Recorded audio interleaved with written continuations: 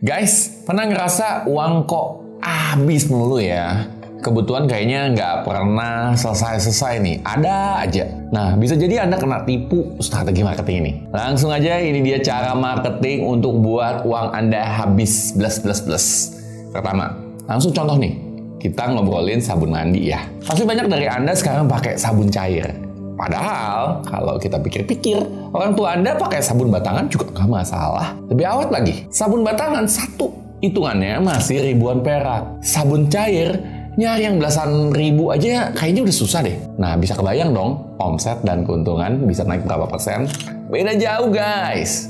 Nah, ini yang namanya edukasi marketing. Dididik, diulang-ulang bahwa sabun cair lebih bagus, lebih bergengsi, lebih melembabkan, bla bla bla, dan seterusnya.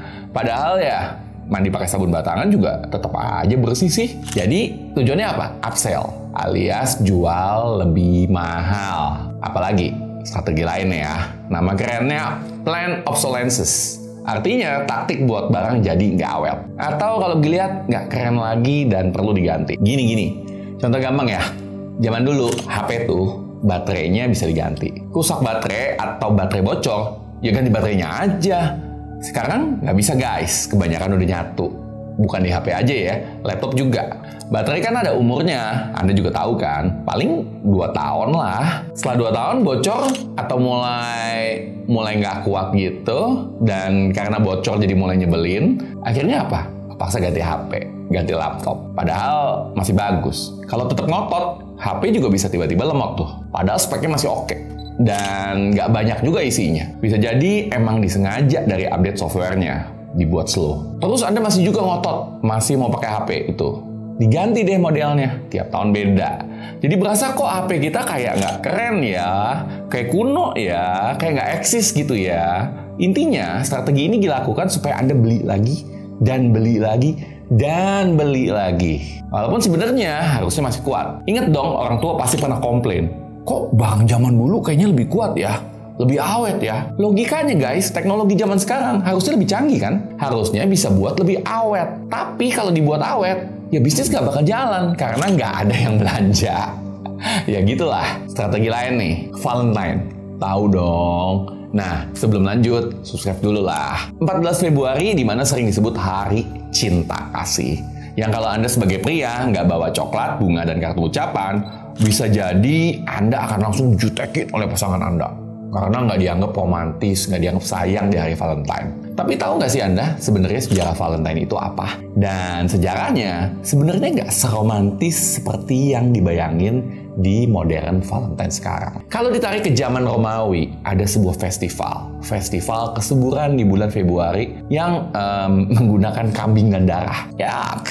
Di cerita lain, Saint Valentine berasal dari seorang pendeta bernama Valentine yang dihukum mati. Sayangnya, cerita ini nggak bisa dibuktikan. Valentine menjadi Valentine yang kita kenal sekarang karena sebuah perusahaan bernama Hallmark yang menjual kartu ucapan Valentine. Apa yang dilakukan adalah mengedukasi tentang Hari Cinta Kasih. Perusahaan lain juga ikut-ikutan dengan mengikuti tren ini. Sehingga Valentine jadi deh sebagai hari yang penting untuk kaum wanita di mana mereka biasa mendapatkan coklat, kartu ucapan, dan bunga, plus romantis dinner yang harganya mahal banget gitu loh. Seperti sekarang ini. Intinya apa?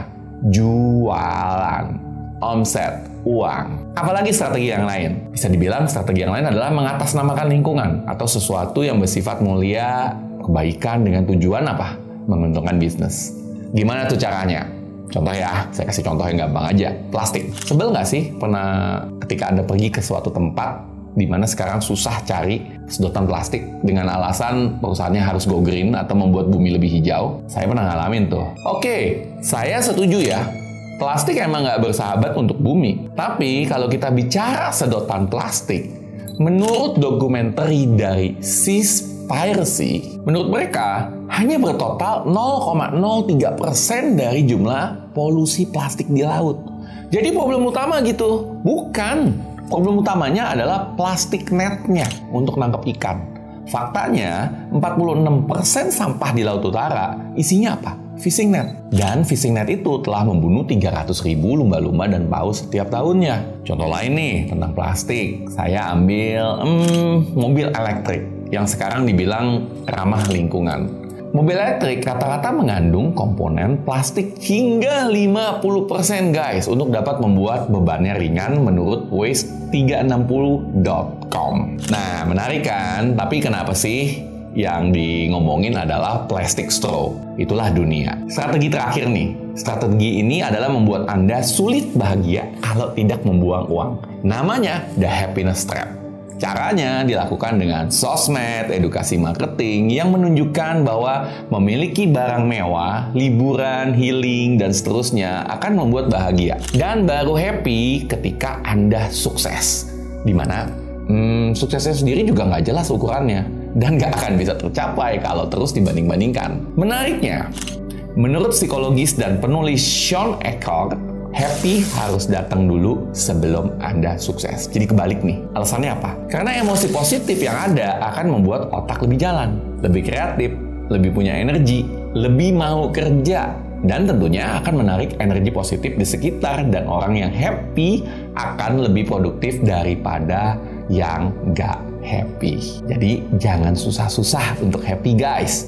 So, kalau Anda nggak bersyukur, nggak happy karena merasa gagal, ya bisa jadi bukan karena Anda beneran gagal, tapi karena didesain untuk merasa gagal atau nggak happy. Pesan saya, be happy, bersyukur, terus belajar, gaul, dan subscribe channel, dan nonton konten yang positif. Serta waspadalah, dimana banyak cara guys untuk membuat kantong Anda bolong dan merasa menderita. Jika bermanfaat, silahkan share, komen, dan like.